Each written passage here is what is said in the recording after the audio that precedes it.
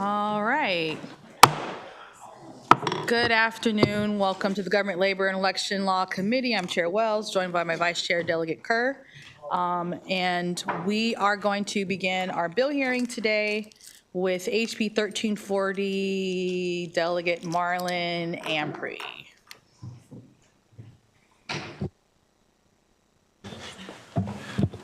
Madam Chair, always good to see my 40th district colleague. Good afternoon, everyone. Here for, I got the wrong bill, I want that one. There it is. Here, support for House Bill 1340, Prison Education Delivery Reform Commission. So this bill is it's a simple bill. I've got to bring this bill forward to the other committees that heard it before. So as you all know, we have an issue with recidivism here in the state of Maryland, and we put forth a commission to address that issue. We know that education is one of the best ways you can reduce recidivism. If you can provide education to those who are incarcerated, the recidivism rate significantly dropped. We have a multitude of studies that show this in other states that have implemented programs around providing pathways to education, shows that we can lower recidivism, which ultimately saves the state money, which ultimately makes our communities more safe. And what I think is most important, people get to go home and become breadwinners for their families and so forth. So we truly believe that education is a pathway to address some of the issues that we have around recidivism. So we put together this Education Delivery Reform Commission a few years back. It has an end date of 2029. So what this bill would do, it would make the Prison Education Delivery Reform Commission an independent part of our state's government, making it a permanent fixture. So what that would allow us to do is, we like to always think that, hey, we put something in place, it's gonna work, it's great, and it's gonna last like that forever, but we know government is static. So the reality is what we're trying to do with this commission is make sure that beyond 29, we have something permanent in place to continue to observe, track, and make sure that the education developments and programs that we're doing within our prisons are working.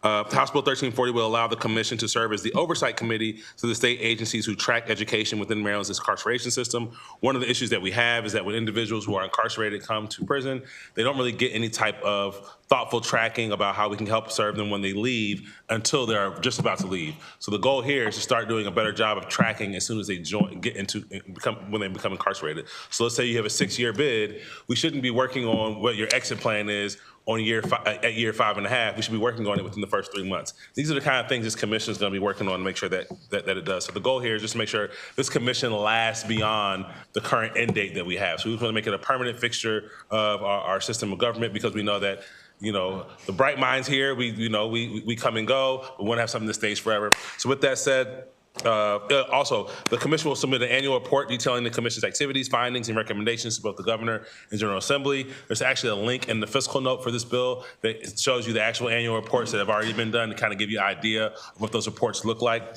So we're hoping that we can move this bill. And I have Stephen Struer here he's the chair of the current Prison Education Delivery Reform Commission. He can provide more context and answer some more questions. But with that said, I ask for a favorable report on House Bill 1340. Good afternoon, Madam Chairwoman and members of the committee. Please accept my wholehearted support for HB 1340, sponsored by Delegates Ampry and Ruff. Currently, I am the chair of the Governor's Prison Commission and have been working very closely with Delegate Ampry and others like Delegate Pasteur during the past year related to the education of incarcerated individuals. The commission has been advised by the governor not to get directly involved with sponsoring bills. So my testimony today is my personal testimony. My support is based on more than 50 years working in criminal justice as a teacher, educator, correctional administrator, and professor in Maryland Federal Bureau of Prisons. In 2014, the RAND Corporation published a definitive research study which proved that education reduces crime and therefore saves us a lot more money and reduce expenses for future incarceration. It is important that Maryland's extremely undereducated prison population complete as much education and job training and career technology certification as possible before release. Currently, many, if not most, of the incarcerated individuals return to the community without completing high school and/or adequately prepared for the job market. In the first year, the Commission has already created more than 15 recommendations to the governor and legislature, and its work has resulted in at least 6 pieces of legislation to improve prison education in Maryland. Some of these will take several years to implement. The long-term commission that conducts research and monitors prison education can bring much more permanent improvements. The commission's membership is either voluntary or composed of people employed by the state and community-based groups and nonprofits. Therefore, the bill requires no funds. The current commission hasn't charged anybody anything for its first year. It's zero cost. In summary, my professional experience and research have taught me the value of correctional education and the rehabilitative process. Research shown that education achievement is the most effective tool generally available for crime reduction and public safety. With that, I urge you to support this bill. Thank you very much. Thank you very much, Delegate Ampry and Mr. Stir. Just seeing if there's any questions from the committee. All right, seeing as there are no questions, thank you for the bill. This concludes our bill hearing on HB 1340. We will move next to Delegate Wilson, HB 1539.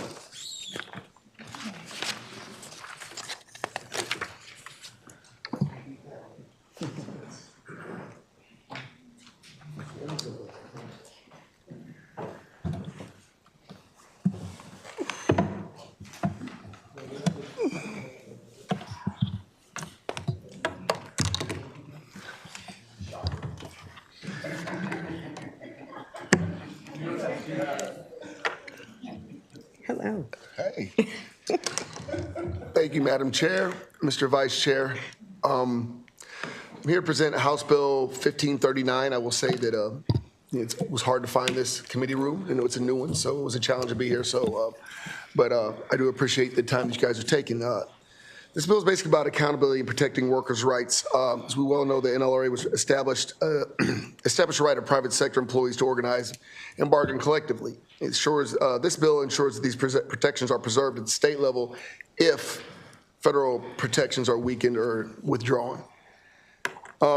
This bill was put in as I think an early file, and because at the time that I drafted this bill, the NLRB was defunct.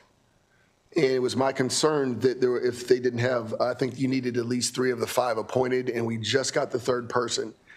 And this bill was put in place because I wanted to make sure at the time, if the NLRB continued to be defunct and not operable, that we could still preserve our workers' rights. The way the bill creates a framework that if federal jurisdiction is repealed or ceded, Maryland has prepared with a functioning and independent structure to protect collective bargaining rights.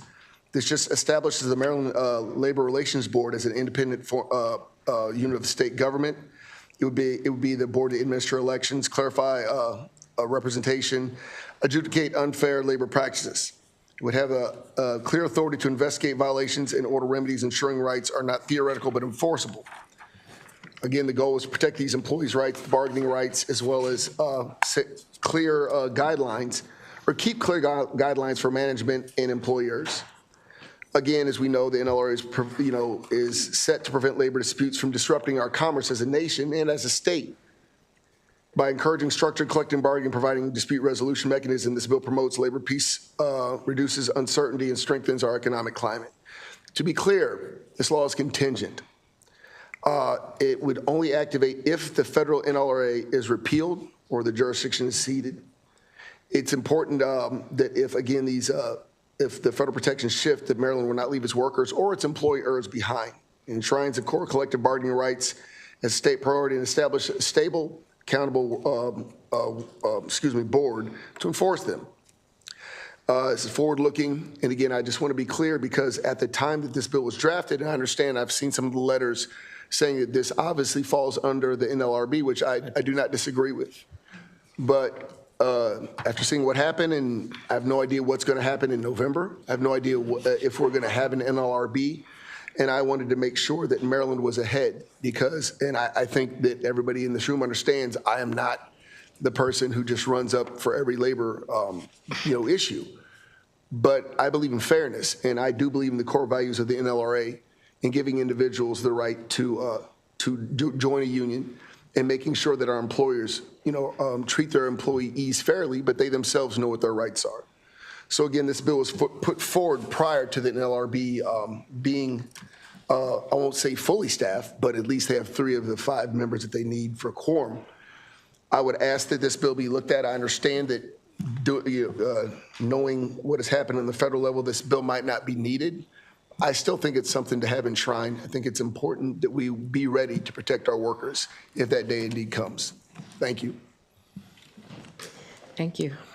Good afternoon, Madam Chair, Mr. Chair, members of the committee. I'm Donna Edwards. I'm president of the Maryland State and DC AFL-CIO, and I think it's one of the honors I've had to be able to sit here with our parliamentarian and former chair and be able to support this bill wholeheartedly. You're going to hear that this is confusing. It is not a confusing bill, as the chair said, and he always knows what he's talking about when it comes to law. This is a contingency bill, and we need to put one in place. We do not know, given what's going on at the national level, what will happen with the NLRA or the NLRB. There is no preemption here. This bill does not confuse jurisdiction expressed in the NLRA with the Maryland jurisdiction over certain workers. It's in alignment with the Massachusetts law that was passed that is holding steady. Also, we would not be alone in establishing a state-level framework for the private sector. We have those in New York, Massachusetts, Minnesota, California, and Michigan. They already have state-level law protecting the private employees. So I'm very happy that you all are considering a contingency bill, because we need to have this protection in the future, if not right now. But given everything that goes on, we don't know what's going to happen next month, let alone next week, let alone a year from now. So thank you very much for considering this, and I would ask for a favorable report. Thank you to the bill sponsor for the bill, and thank you to your witness. We will begin questions with Delegate Crutchfield. Thank you very much, Madam Chair. So just 2 quick questions. So this would mirror the NLRB? Correct. We would create a Maryland NLRB, yes. Right, so it'll mirror the national? Correct. Okay. And then the other question is just about the triggering of when this would be effective. Would it be effective, for example, whenever membership on the NLRB is reduced? For example, I know they're under term memberships. Correct. So is that how it would trigger, or is there other instances? And the goal is to have it trigger if the NLRB cannot perform its duties. So if they have less than 3 members, if someone doesn't get appointed, which is where we were last year, right, which is the whole point of this bill, because we still need to be able to settle the disputes. And up until December, there was no method, and because of the way the NLRA was drafted, Maryland didn't have an opportunity or to not only protect our workers but to settle disagreements. So yes, it would be triggered. And when I say that if the NLRB becomes defunct, meaning even if they just don't have the membership, basically somebody's got to settle these union disputes. Right. And if they're not active, and if they're not being appointed, we as a state still need to figure out how to settle the disputes. Because I think they still were able to settle some disputes. It was just certain ones. I mean, I don't know how they would without a quorum. Yeah. So like I said, I to be very honest, I don't know how they would without a quorum, and that was my concern. So I don't know how you can officially settle a dispute if you don't have at least 3 of the 5 members. So yes, if they go back down to 2, again, maybe you know something I don't, but I don't know how they can settle the dispute unless they can have a quorum. Thank you. Thank you very much. Delegate Lehman. Thank you, Madam Chair, and thank you, thank you, Delegate Wilson and Ms. Edwards for the bill and for your explanation. So I have 2 questions, one around the contingency issue. So what I thought I heard you say is the contingency is based on the repeal of the NLRA, but is there a related tie to the NLRB at the same time, or is the main trigger the repeal of NLRA? You want to, or you want? Go ahead. Okay. We have these bills in California, New York, and Massachusetts. Okay. This bill is very much like Massachusetts, which is not what has been called a trigger bill, in that it only becomes inactive when NLRB cannot take the cases or expressly says that they will not take the case. They give up the jurisdiction that is given to them by the NLRA. And we want to be very clear, both in California and New York, they were not stripped down like this. So they did get challenged, and they were appealed by the NLRB because they preempted. It is unfortunate, but even if the NLRB has 1 or 2 people, they still exist according to the law of NLRA, and therefore, this bill would not trigger the presumption to take that case and preempt the current law. Okay. It's a clean bill. That's all I'm trying to say, but it sounds very, very crazy. Correct. So if the NLRB is still in existence, even with 2 members, even though my goal was, but the word seed was important but if they refuse to take the cases, or if they become defunct for such an amount of time, then the only way for me in my thought process was to actually get them to do what they needed to do, was to actually create a quorum so they could at least then push back against these bills. So again, it's as clean as a bill as we could do, because knowing what happened in California. Yes. And the other states that I listed, the ones that have statutes covering the private employees, they call those light NLRAs. Okay. So it's done. It's I think I places. understand that distinction. So just if the if the law, the underlying statute, the NLRA were to remain on the books, but the NLRB would cease to function, then this would be triggered. Is that? And so a related question is then, should there be any concern or issue around supremacy? And I think that's why the bill's drafted, I will say, in its weakened state, as clean as it could be, so there would not be a supremacy issue. We basically are acknowledging the NLRB, its existence, and its a jurisdiction. However, if they see jurisdiction, they choose not to exist anymore, they don't exist anymore. Again, I would have liked to have drafted it to where even if they didn't have a quorum, that this would kick in. I just don't think it's legal to do that. Right. But I would also say that if they go so long without a quorum, then it is incumbent upon our state to do something to force them to get a quorum. So either way. Okay. And then you mentioned a couple of other states. Are any of them ahead of us on doing this? Massachusetts law stands. Okay. And it has not been challenged. New York and California. We've withdrawn. Okay. Thank you. Because Thank you, they Madam were Chair. And thank you for the bill. They're preempted, yeah. All right, thank you very much for the questions, delegates. All right, seeing no further questions from the committee, this concludes our bill hearing on HB 1539. Thank you very much. We'll move next to HB 1356, Delegate Lopez. And if you could bring up your panel, please, Delegate Lopez. Thank you. And we have one virtual on the sponsor panel as well. Okay, yes, there is, I believe, Elizabeth Anderson. Yes, right, Dr. Okay, Anderson. and I'll confirm that she's waiting in the room. Okay, you may begin. All right. Good afternoon, Madam Chair, Mr. Vice Chair, members of the committee. Thank you for the opportunity to testify today. For the record, I'm Delegate Leslie Lopez of District 39, and I'm proud to sponsor HB 1356, the Maryland Employee Civic Activity and Lawful Expression Protection Act. At its heart, this bill is about a very simple idea. In Maryland, you should not have to choose between making a living and participating in civic life. Too many Americans and too many Marylanders live with the quiet fear that speaking out, engaging in their community, or even expressing their beliefs online could put their livelihoods at risk. Surveys tell us that most employees adjust how they communicate at work, and more than half hesitate to share their views on social media, all out of concern for professional consequences. This is not just a personal problem, it's a civic problem. When people silence themselves out of fear of reprisal, our democracy suffers. HB 1356 provides a clear, balanced framework. It protects lawful civic and political activity outside of the workplace, while preserving employers' ability to address conduct that genuinely interferes with job performance or breaks the law. This clarity is good for employees, good for employers, and good for the public. It reduces uncertainty, shields organizations from undue public pressure, and allows leaders to focus on their work instead of policing lawful expression. This is about fairness, dignity, and the health of our democracy. Employees who feel free to engage in civic life after hours are more connected, more fulfilled, and more productive.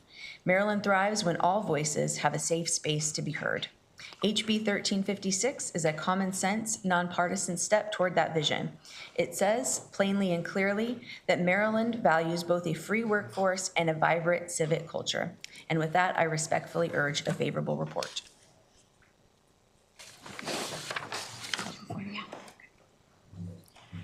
Good afternoon, Chair Wells, Vice Chair Committee. Thank you for the opportunity to testify on behalf in strong support of HB 1356. My name is Kate Stein, and I am proud to lead advocacy for the Women's Democratic Club and this bill. We support this bill because we believe that no one should have to choose between their job and engaging in legal civic activity when they are not at work, no matter their income or party affiliation. As people whose business is politics, who have chosen this arena and talk politics for a living, on duty and off, we in this room may not realize the fear that most people feel in expressing their political convictions or in protesting. Those who work in other businesses or who, like me, came to this late know that some employers believe that they own you. If the roof over your head and your children's health insurance depends on staying home and keeping quiet, civic engagement is not really an option. Something you said in the supermarket could anger your boss. What if he saw you with a sign at a protest?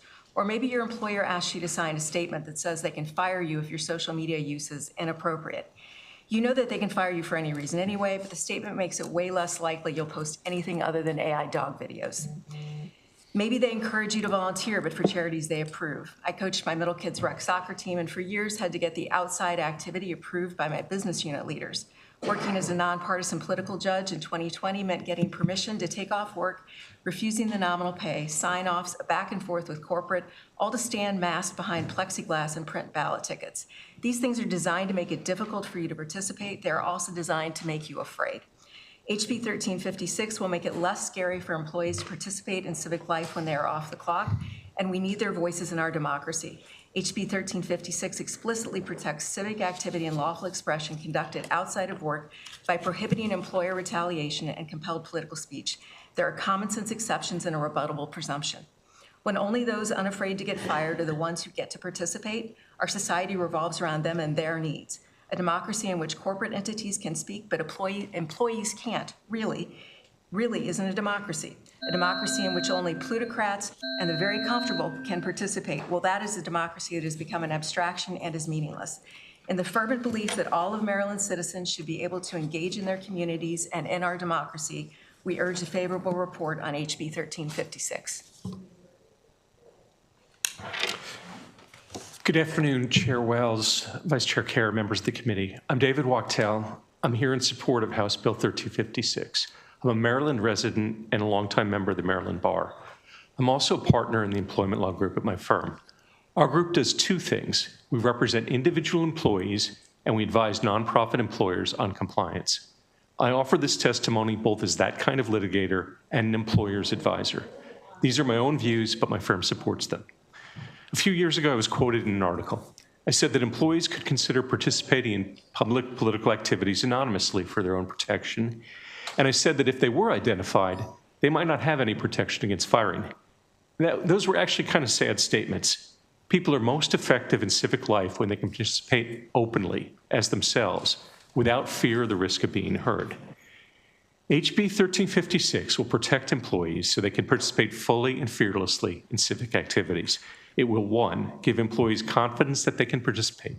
2, deter employers from taking action against employees who participate. And 3, give employees who are fired a way of seeking compensation. But the law also offers an advantage for my employer clients, clarity. We get questions from employers about what they should do when employees' activity provokes, for example, a social media fight. Across the country, civic participation laws are all over the map. Some states have none.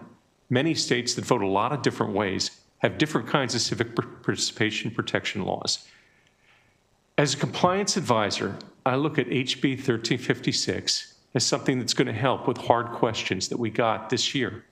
Once it passes, when a Maryland nonprofit employer calls, it's going to be much easier to tell them what they can do. Thank you for considering this law. I believe it would set an example for its clarity and comprehensive scope. Thank you. Thank you very much. We'll move to the virtual witness, and then we'll take questions. Ms. Elizabeth Anderson, good afternoon. You have 2 minutes. Yes, I appreciate, thank you, Chair Wells and the members of the House Government, Labor, and Elections Committee. I appreciate the opportunity to speak to you. I'm Professor of Philosophy and by courtesy Professor of Law at the University of Michigan in Ann Arbor. I fully support what the witnesses have said on behalf of employees' interests in HB 1356, and I want to speak to the interests that employers have in this same bill. Employers might not like to give up power, but having power exposes one to pressure from customers, from employees, and from the general public to do things using that power that employers may not want to do. HB 1356 would shield employers from public pressure to fire capable employees for their political views. Because the bill ties the hands of employers, the law will protect them from reputational damage for their employer's political speech or actions. They can say, it's out of my hands, I don't have any power over what the employee says, and that would quell divisive pressure from employees to fire co-workers whose views they dislike. So it could actually quell divisions within the firm. Under this law, employers would retain the authority to regulate employee speech that is relevant to their job. We're speaking here of off-duty speech and political activity. Overall, the law would enable employers to focus on running their firm rather than having to waste their firm's time and attention on polarizing political controversies. I also want to stress the importance for a vibrant democracy in Maryland in enabling everyone to speak freely without fear of negative economic consequences. That applies to employers and employees alike. If people can't speak their minds, the public can't make up its collective mind in an informed way. Thank you. Thank you very much. Thank you to the bill sponsor and to your sponsor panel. Just seeing if, Delegate Fair has a first question. Thank you, Madam Chair, and thank you so much for bringing the bill forward, Delegate. And apologies, I did have to step out for a brief moment. You might have addressed it then. The letter of concern from the Office of the Attorney General. They outlined a handful of concerns inside that letter, and I was wondering if you had a chance to review that and if you had a chance to speak with the OAG's office about their concerns. Yeah, we have not had a chance to address their concerns directly, but per usual, I'm happy to engage with them in further conversation. You know, I was on the Judiciary Committee for quite some time, so I'm familiar with OAG, and yeah. I've got all their numbers. So happy to continue the conversation and potentially work out some amendments to address their concerns. I think philosophically the bill stands as it is. We want to put in protections both for the case of employees and employers, and so if they can offer amendments that support that vision, I'm more than happy to work out details. Yeah, and nothing from what we read appears to have any major complications. There is one note about potential federal preemption on the captive audience meetings, but other than that, they basically were all technical in nature, trying to figure out what the goal was for the legislation, so maybe some tweaks to it. Sure. Thank you. Thank you, Madam Chair. Thank you. Thank you very much. Delegate Lehman. Thank you, Madam Chair, and thank you, Delegate Lopez, for the bill. I just have a question about paragraph B on page 4. For positions subject to statutory or regulatory speech restrictions, an employer may impose job-related restrictions only if the restrictions are narrowly tailored to achieve a legitimate government interest. What exactly does that mean? And what is the purpose of that? I believe one example might be that if you're running a C3 organization, you can't use a 501c3 tax exempt, you can't use that money to fund political advocacy. So someone in that kind of position would have to be prevented from speaking in their off-duty time because it might compromise the tax exempt status of the organization. Okay, that's a very specific scenario. Are there any others you can think of, or is that what you or the delegate had in mind when that was included? I'm just You curious. have to understand, all my clients are C3 organizations, so to me, it doesn't seem so specific. It seems like the universe.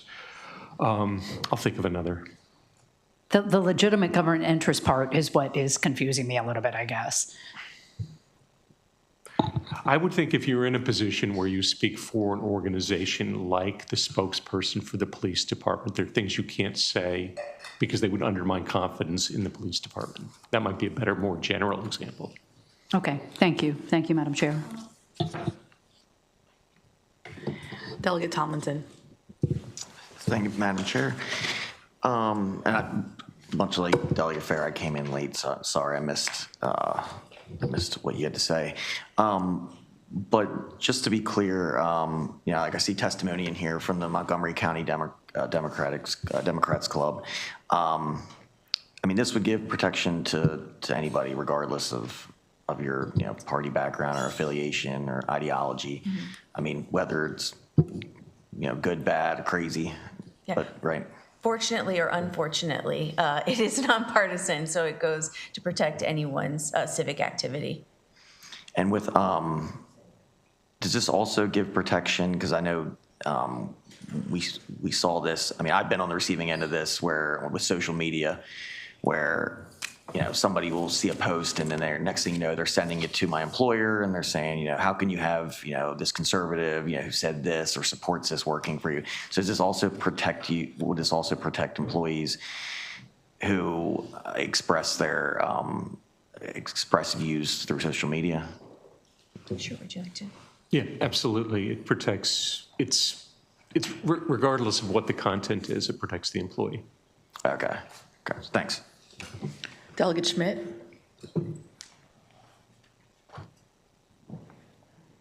Thank you, Madam Chair, and thank you for the bill, Delegate. I have a considerable amount of concerns, and as we have a challenging business landscape here in the state of Maryland, over regulatory actions, cost. I'm worried, and I guess my question would be to you or to the panel, do you believe that the employee is an extension of the employer? There is a lot of connectivity today with what an employee might say, how that could directly impact the employer and who they work for. I can answer philosophically. I think you're paid based on the hours that you are working. The hours that you have outside of your 9 to 5 or whatever agreed upon are your own personal hours. And that's what this bill deals with, is civic activity outside of your job performance, right? Your employer has, if you're in a public facing position, let's say you work in a bank, your employer can say, please take down your posters in your cubicle, right? Because that's something during your work hours. But if you're attending an event or a rally, that's your First Amendment right to participate.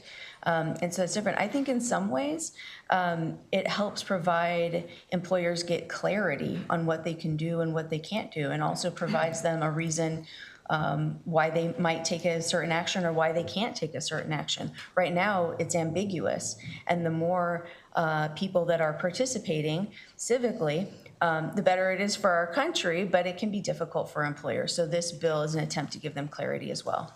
Yeah, I would agree with you. Participation civically is important. My fear is the employee goes out and says something that could direct impact somebody who they sit next to, and then they have to come and work next to them the very next day. They make a racist comment, or they challenge their political affiliation, and then they got to come to work the next day, and it puts everybody in an uncomfortable situation of a potential issue, and then it creates workplace issues, and that's a concern that I would have. Sure. Well, with the indulgence of the chair to answer your question, I think it's important to note that harassment is not protected under this bill. So if you are, I hate to get into hypotheticals, but like say you post something on social media if you tag a coworker in that, perhaps it's something anti-Semitic, and you tag Jewish coworkers, even though that's happening outside of work hours, but it's intended to intimidate and have a chilling effect, certainly an employer can intervene in that situation because that is harassment. But if you're posting something and there's nothing on your social media that connects you to your employer, that's a different scenario. Many times, on a condition of you having a social media account, your employer will make sure that it's posted in your bio. All personal beliefs are my own. That's common practice and for employees of government, for nonprofits, in any type of political office if you're a staffer. So it's a protection that employers already have. And again, this bill doesn't touch harassment at all. Yeah, I mean, I have an example personally. I served as a volunteer board member on a charity that was doing amazing work in the northern part of Anne Arundel County. And after 7 years of serving on that board, I became an elected official. And the director of the charity came to me and said, "We need to have a conversation now that you are an elected official." And because when they list their board members on their website, perhaps my party affiliation might distract somebody from making potential donations or participating in that organization. So I literally had to step down from that board in unselfishness to allow the charity to continue doing their work. And so I guess my fear is the legs that this could gain to adversely affect, what the attempt of the bill might be. Yeah. I think in some ways this bill kind of addresses that problem, though, because it provides clear guidance for what an employer could do in that scenario. Thank you. Delegate Stewart. Thank you, Madam Chair. Thank you, Delegate, for bringing the bill. I like this bill. If this bill comes for a vote, I'm going to vote in favor of the bill. So I wanted to say that. I think the points you raised and the issues are very valid, but I want you guys to put my mind at ease about one concern I have, which is that back in, I believe, 2013, personal anecdote time, my dad was serving as the small town mayor of my hometown in Alabama. And it came out that 2 police officers of the town were members of an organization called the League of the South, which is a neo-Confederacy organization. They have a number of different political views, but essentially they advocate for the Confederate states to re-secede is their main political aim. My dad, in his capacity as the mayor, fired both of the police officers. And I'm proud that he did that. I think that was the right move. But I was reading through MML as Mako's testimony, and that anecdote kind of came to mind. And so I'm just wondering, and maybe you guys already addressed this, but I'm just wondering if those 2 officers could have sued the city in 2013 based on that action if Alabama had adopted this piece of legislation.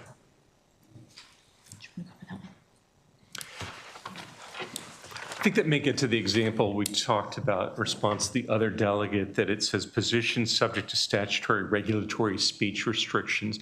So I think you could have in a police department a respect for law requirement, something like that, so that it's clear that someone couldn't be both a police officer and advocate the violent overthrow of the police, something like that. Okay, all right, that's helpful. Thank you. All right, thank you for the questions from the committee. All right, so seeing no more questions for this bill sponsor, your panel will move on to additional favorable testimony we have here today. Bill George, favorable with amendments. We do have another virtual, Mr. McCabe, or Kay McCabe. I don't know if they're here or not. No? Okay. They are not with us today. Mr. George. Okay. Good afternoon, Madam Chair, Vice Chair, members of the committee. Bill George with the Maryland Municipal League here today, favorable with amendment on House Bill 1356. I think the League generally supports the intent of the bill, and most of the scenarios that were brought up by the proponents would not be seen as objectionable. I want to reiterate a point we've made before with this committee, and that's local governments are simply different as employers than private sector employers. Our employees work side by side with elected local leaders, and in small and medium towns, these employees are known in their community as by their role in their local government. To Delegate Stewart's point, I think that there's a few other examples where the provisions of the bill are a little too broad and may cause some unintended consequences that may erode the public trust in the governmental process. I'm thinking of an example where a city manager, for instance, may campaign or fundraise for a mayoral candidate that is running against the current mayor. That doesn't look so good on the local government's efficacy at the moment. And let's flip it around. What if that city manager campaigns and fundraises for the current mayor? Is that going to be seen as he's just looking for job security and hopes that mayor continues in that position? I just think it presents some situations that get a little sticky for the public sector, and that's why our amendment seeks to exempt the local governments from the provisions of the bill. I appreciate the sponsor and their staff for talking with us ahead of time. I look forward to continuing the conversation. Thank you very much, Mr. George. Delegate Fair.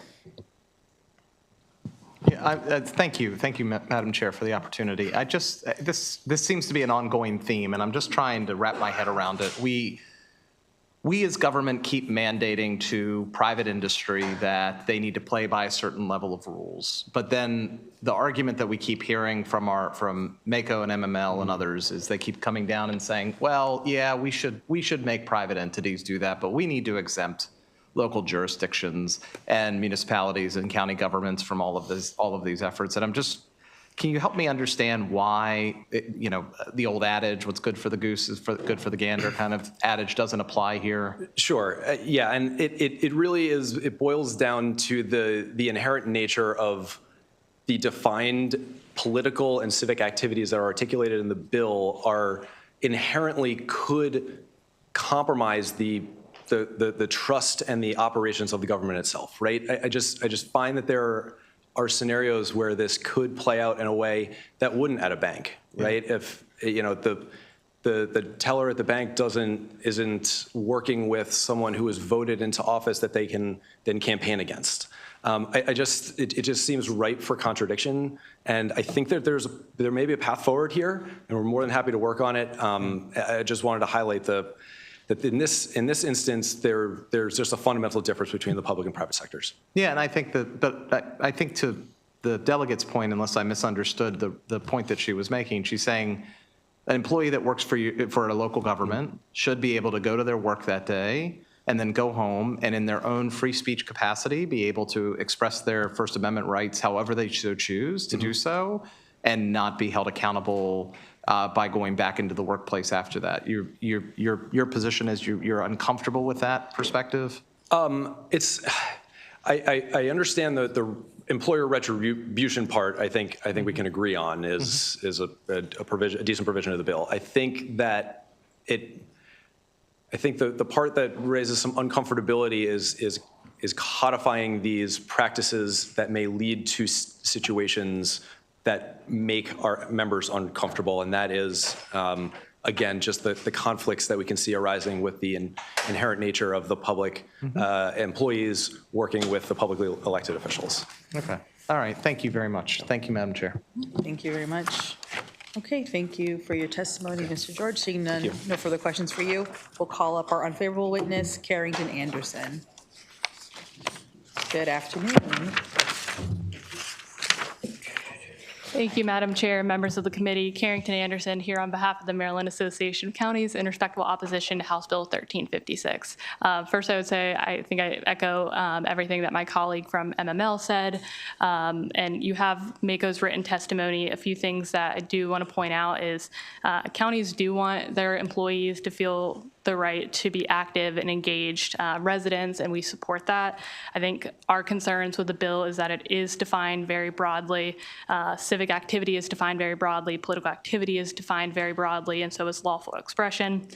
This does expose local governments to a lot of liability with cause of actions and damages and so on. Counties, they have the ability, or they should have the ability to enforce policies for including the off-duty activities. And again, to kind of touch on how counties are a little bit different from the private sector, public trust and confidence and credibility is really important to local governments for us to be effective and for us to be responsive. It enables us to deliver essential public services in an efficient way, especially in a crisis. Counties have policies that do try to protect that balance between the employee, but also in the instances where a resident might associate an employee's action with that being the county itself, or actions that might discredit the local government. So for these reasons, we would respectfully ask for an unfavorable report. Thank you. Thank you very much. Delegate Schindler. Thank you, Madam Chair. Thank you, Ms. Carrington. I did have a question for you. From MACO's stance, would the amendment that MML proposed satiate MACO as well? Definitely. Okay, thank you. Are there any more questions from the committee? All right, seeing none, thank you very much. This concludes our bill hearing for HB 1356. Move next to Delegate Bandari, HB 1543.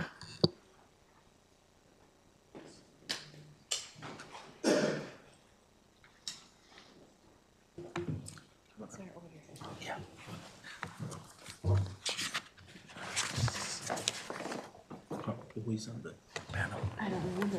All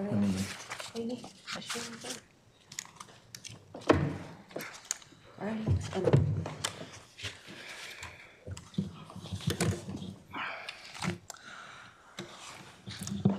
Good afternoon. For the record, Delegate Bandari. Again, good afternoon, Chair Wells, Vice Chair Ken Kerr. He's very familiar with that. And members of the Government, Labor, and Elections Committee. Every year, thousands of temporary workers come to our state through H-2A and H-2B visa programs. The H-2A visa lets U.S. employers hire temporary agriculture workers from other countries, while the H-2B visa is for hiring foreign workers for temporary non-farm jobs. These workers are vital to many industries in our state. They harvest crops, pick vegetables, and help maintain our landscape. On the eastern shore, they pick and process the blue crabs our state is famous for. Many also support our hotels, restaurant, and tourism business during busy seasons. Many Maryland families rely on these workers who help keep important industries running.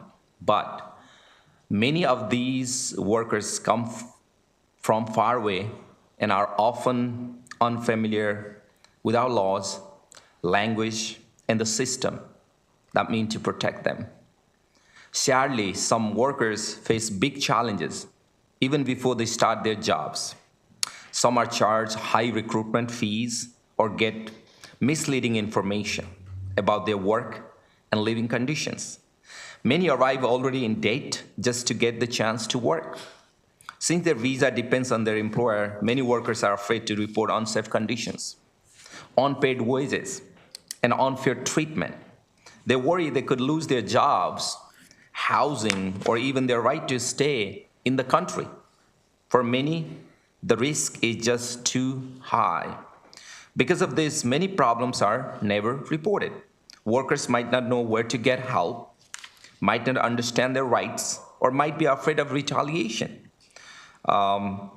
Members of the committee, I would like to briefly explain how this bill was created. When advocates and worker representatives spoke to our committee, Economic Matters Committee, they shared tough stories about high recruitment fees, misleading job information, and workers arriving already in date. Many also talk about how workers often feel they can't report unsafe condition. And I had a meeting in my office. It's surreal listening their stories. And hearing those stories made me feel a real sense of urgency. During that meeting, I started writing down ideas that later became this House Bill 1543. And this is about fairness. It's about accountability. It's about dignity. This bill sets up a temporary workers oversight unit in our state Department of Labor to make sure there is a transparency and proper enforcement when it comes to hiring temporary workers.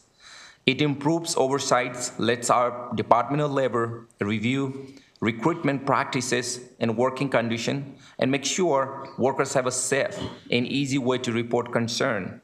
The bill requires recruiter to register with the state and provide a financial guarantee. This helps protect workers from unfair recruitment practices that could leave them in debt before they even start working. It also makes sure workers can reach out to community organizations, legal services, and health providers so they are not alone or afraid to ask for help. At its heart, this bill is based on a simple idea. The people who harvest our food, pick our crops, support our farms, and keep Maryland's seasonal economy going deserve basic protection and a clear, fair system. This bill does not add extra burden for responsible employers who are doing a great job. I would like to thank them. They are already doing the right thing. The bill just makes sure everyone follows fair and clear rules. Maryland has always valued fairness and dignity at work, and we are one of the richest state, not only in wealth, and we are the most generous state as well. And HB 1543 continues that tradition. I respectfully request a favorable report on House Bill 1543, and I do have, Mr. Vice Chair, I do have on my panel Carlos. Oh, yes. And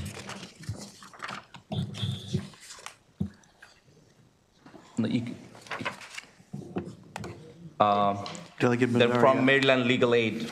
I have Cornelia Gordon and Richard Ortiz on your panel. Is that Okay, correct? yep, you could be on the panel.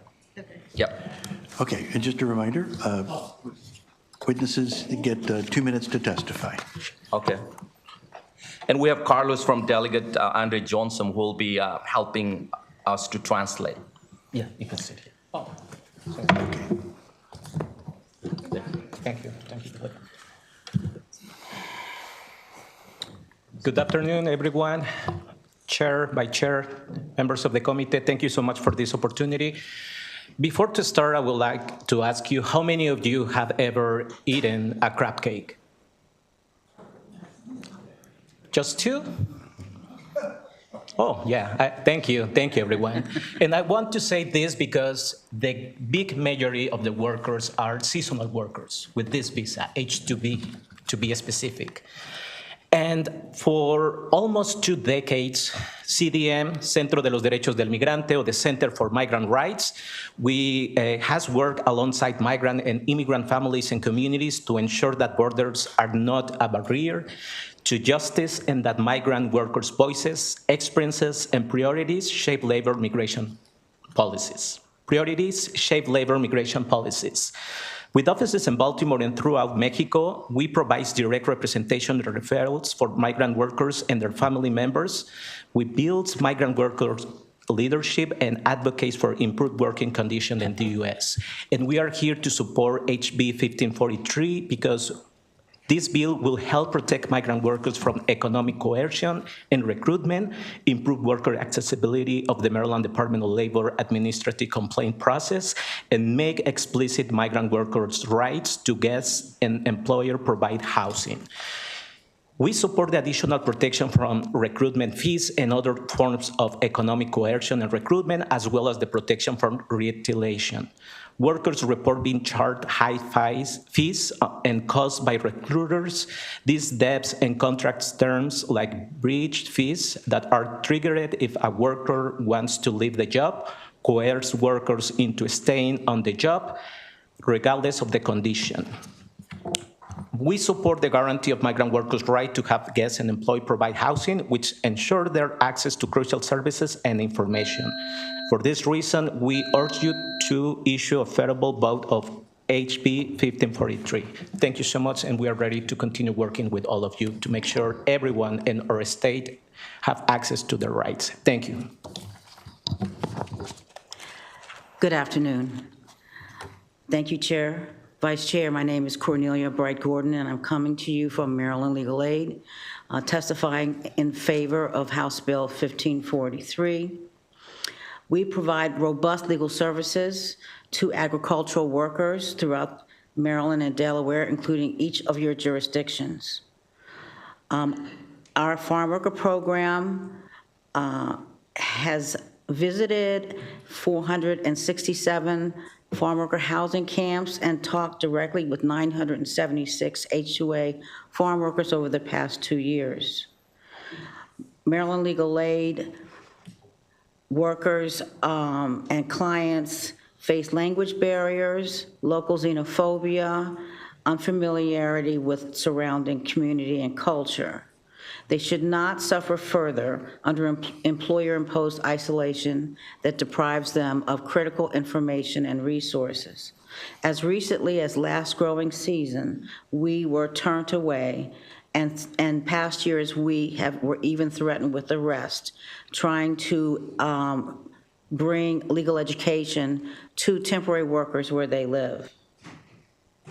We appreciate that House Bill 1543 allows for unannounced inspections of temporary work sites, housing, payroll, and transportation. Maryland Legal Aid respectfully urges a favorable report on House Bill 1543 to ensure that temporary workers can access vital services and legal education. Thank you very much.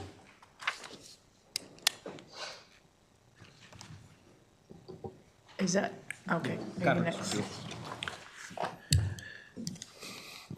Honorable Presidenta Wells, Vicepresidente Kers y miembros del comité. Mi nombre es Carlos. Por razones de seguridad y por una investigación en curso, omito mis apellidos. Por razones de... Estoy dando mi testimonio a favor de la... Wait, pause for 1 moment, so we'll restart. And you can turn the timer. Okay, you may begin. Now everyone's in place. Thank you. Yes. Sorry. Yeah, can we restart, please? Estoy dando mi testimonio a favor de la propuesta de ley HB 1543, que nos ayudará a proteger nuestros derechos como trabajadores H2 y combatir el trabajo forzado. Dear Honorable Chair Wells, Vice Chair Kerr, and members of the committee, my name is Carlos. For security reasons and due to my involvement in the ongoing investigation, I will omit my last name. I'm providing my testimony in favor of House Bill 1543, which will help us defend our rights as H2 workers and combat forced labor. A principios de 2020 y por el sueño de ofrecer un futuro a mi esposa y a mí e hijos, decidí trabajar en la agricultura en los Estados Unidos. Un conocido en México me prometió un trabajo con visa H2A, pero para poder conseguir la visa tuve que pagar cerca de $3,000 y además un familiar tuvo que firmar un pagaré que le obligaría a pagar miles de dólares más por si dejaba el trabajo antes de que finalizara el contrato. At the beginning of 2020, I decided to come to the U.S. to work in agriculture to earn money and offer my wife and children a better future. An acquaintance of mine in Mexico offered me a job with the H-2A visa, but in order to obtain this visa, I needed to pay around $3,000. Additionally, my family members had to sign a promissory note that would oblige them to pay thousands of additional dollars if I left the job before finishing the work contract. Cuando llegué a mi lugar de trabajo, la vivienda estaba en malas condiciones y mi empleador me quitó mi pasaporte y visa. Nos amenazó con que si no hacíamos lo que él decía, él sabía dónde vivían nuestras familias en México. Nos obligó a trabajar hasta 18 horas al día y nos pagaron una tarifa menor por pieza en lugar de la tarifa por hora que venía en nuestro contrato.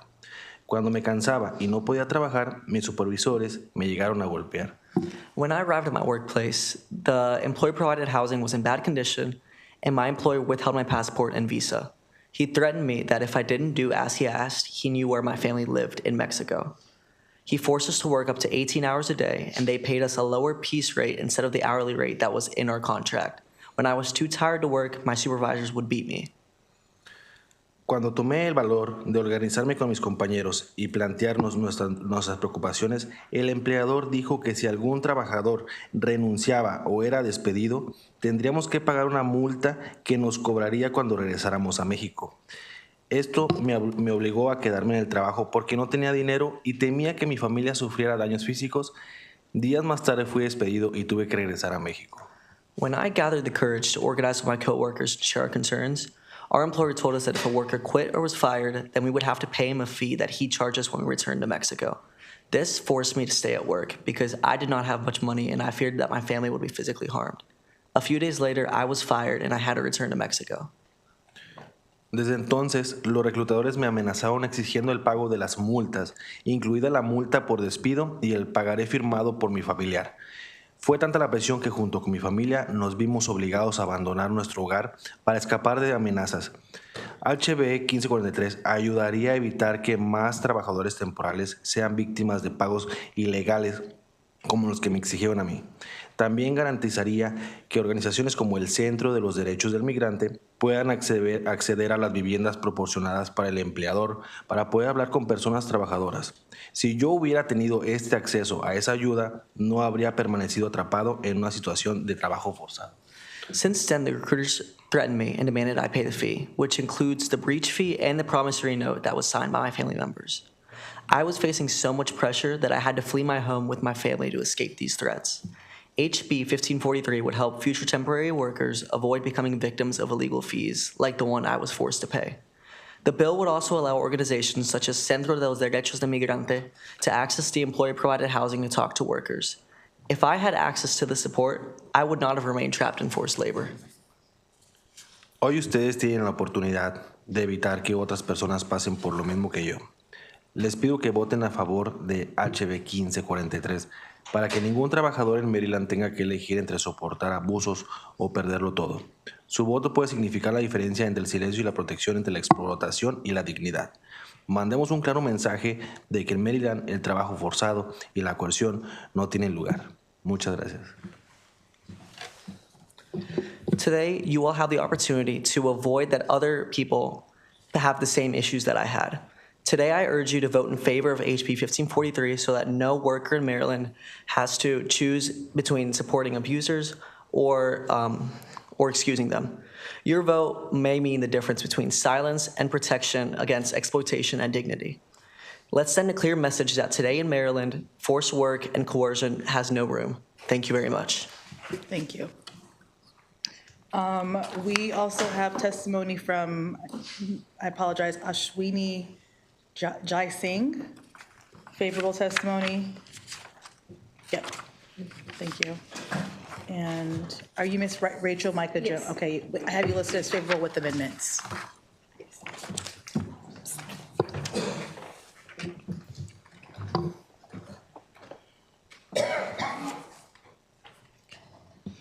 Good afternoon, Chair Wells and members of the committee.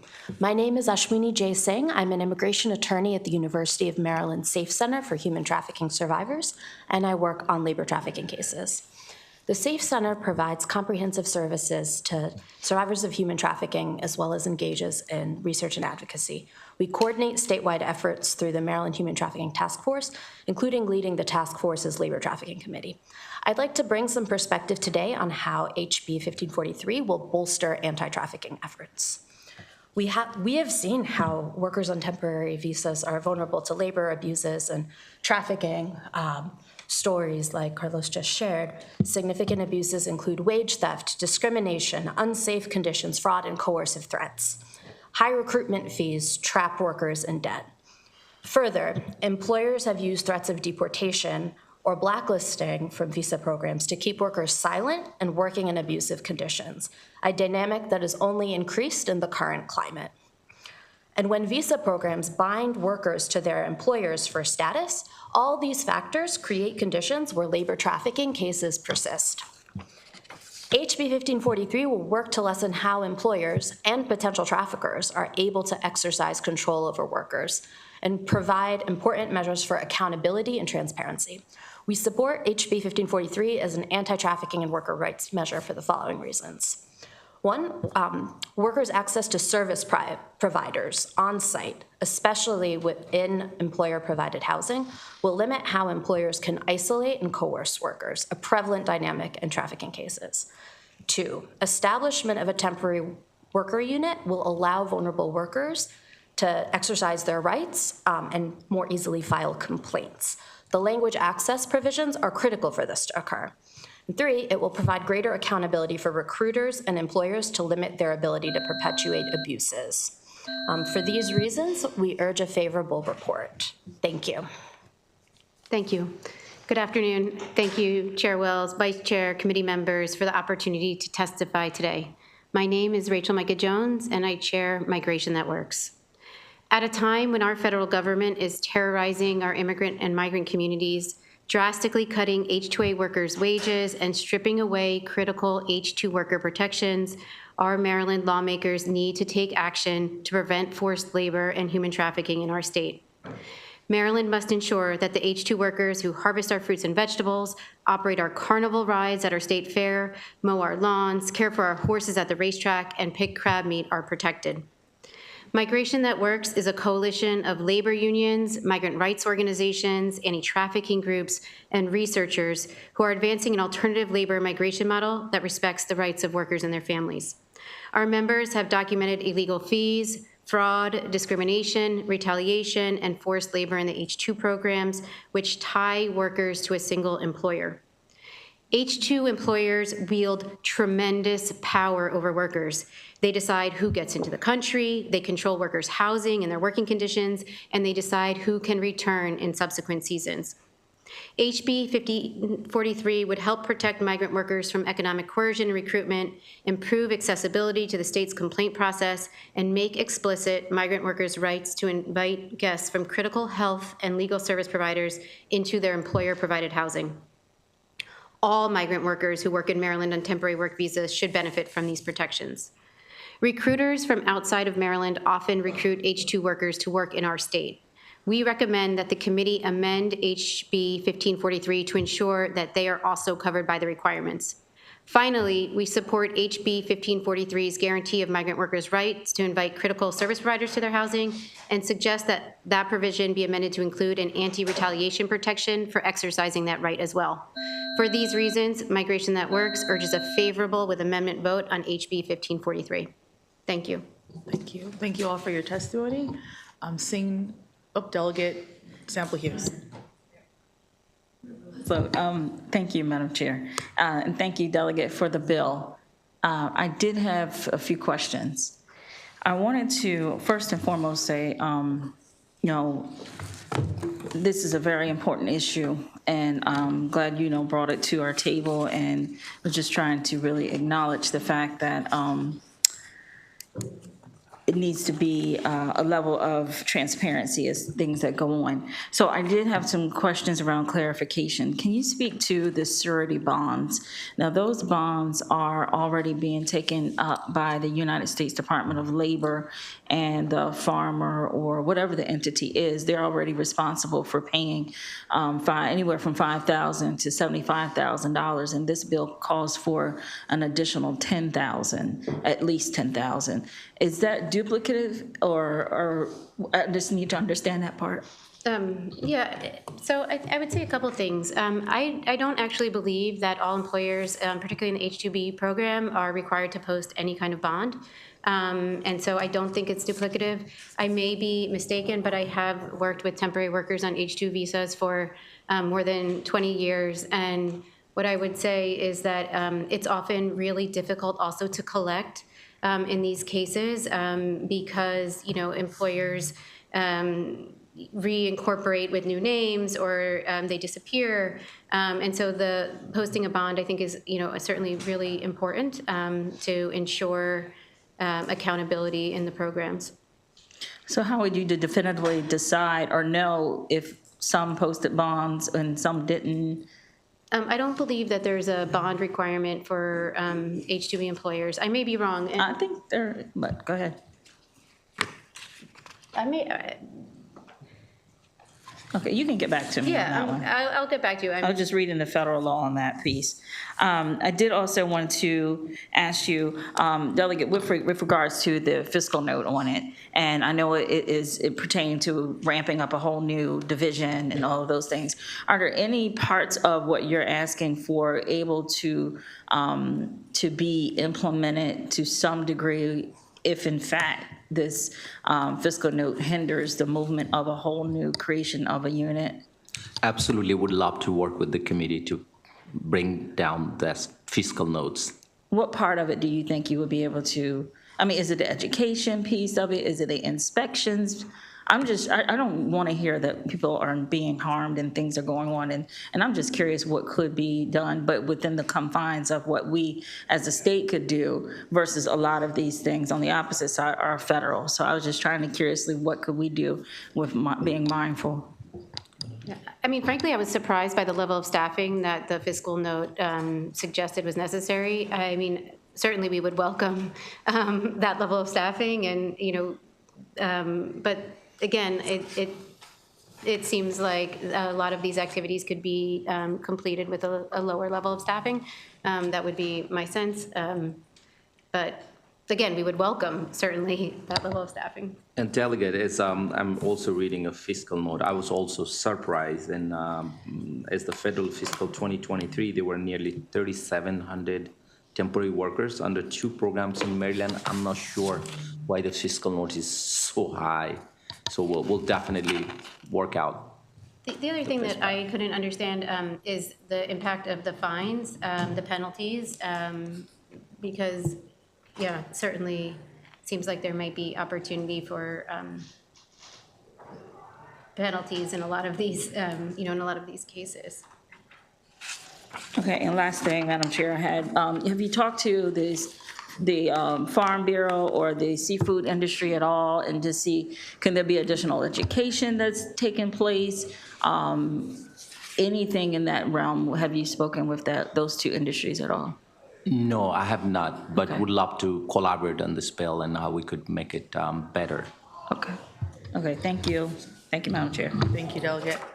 All right, seeing no more questions for this panel, we do have, thank you all for your testimony. Thank you for the bill, Delegate. We have one unfavorable testimony from Mr. Tyler Huff.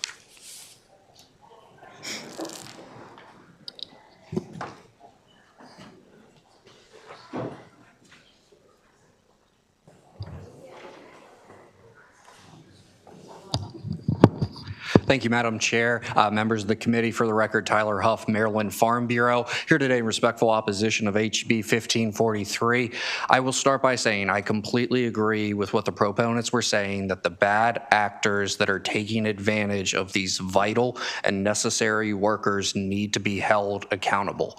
I do believe that there are current provisions, both federally and state, and I would be happy to get back to the committee with what those exact provisions are that can help work with that. And as we heard, there's an ongoing investigation, and those bad actors that are taking advantage of these workers 100% need to be held accountable by the actions that are held accountable for their actions. Now, being said, Maryland agriculture relies on H-2A workers. They provide a skilled and necessary and reliable workforce that is lacking overall in the state. And we have many members and many farmers that take advantage of this. Many of those workers that come back are been there for years after years. We have a member that testified as part of the briefing in ECM that their members or their workers have been coming back for 15 consecutive years, and they are family to that operation. And that is the consensus that is for many of the agriculture employees within the state that are utilizing this program. 2 of our big concerns, one of which is the expanded scope that is going to be allowed onto farm within the bill. By Rivera versus Montgomery County in 2016, by case law, it is already required that lawyers and legal aid and health services are required to be allowed onto the farm by the employer. That is already in case law by Rivera versus Montgomery County in 2016. It would increase concerns for liability as well as other regulation and requirements by having non-employers on the farm. The other piece we're concerned about is the bond initiative. This $10,000 bond initiative to employers could put more financial strain on already tight margins. With that, we respectfully ask for an unfavorable report and would be willing to work with the sponsor. Thank you. Thank you, Mr. Huff. Delegate Sample Hughes. Thank you, Madam Chair. So you were just getting ready to discuss the surety bonds a little bit more in depth. So is it true that everyone is responsible for paying the $10,000 or not? In my reading of the bill, even the employer would be responsible for that $10,000 on top of the $500 to $7,500 you already outlined. Especially, I'm reading this from the H-2A side. We don't have H-2B workers within our membership. H-2A is specifically for agriculture, but the way I read the bill, that $10,000 would would be a responsibility of the employer under the H-2A program, on top of the current $500 to $7,500 you outlined that is mandated by federal. And how is it determined with the 5 to 75,000? I would need to get back to you on how that is determined. There's complexities about how that's done at the federal level for that, but I would be happy to get back to you with an answer. Sure, thank you. Thank you for the questions, Delegate. Seeing no further questions from the committee, thank you very Madam much. Chair. This concludes our bill hearing today for HB 1543, our last bill of the day as well. Announcements, Delegate Ruth. Thank you, Madam Chair. The Labor Subcommittee will meet in, let's say, 15 minutes that would be 2:40 on Zoom. All right, and Delegate Sample Hughes. Thank you, Madam Chair. Just a reminder, we have an alcohol subcommittee meeting tomorrow morning at 10 a.m. on Zoom. Thank you. Thank you very much. Seeing no further announcements, this adjourns our bill hearings for today. Thank you.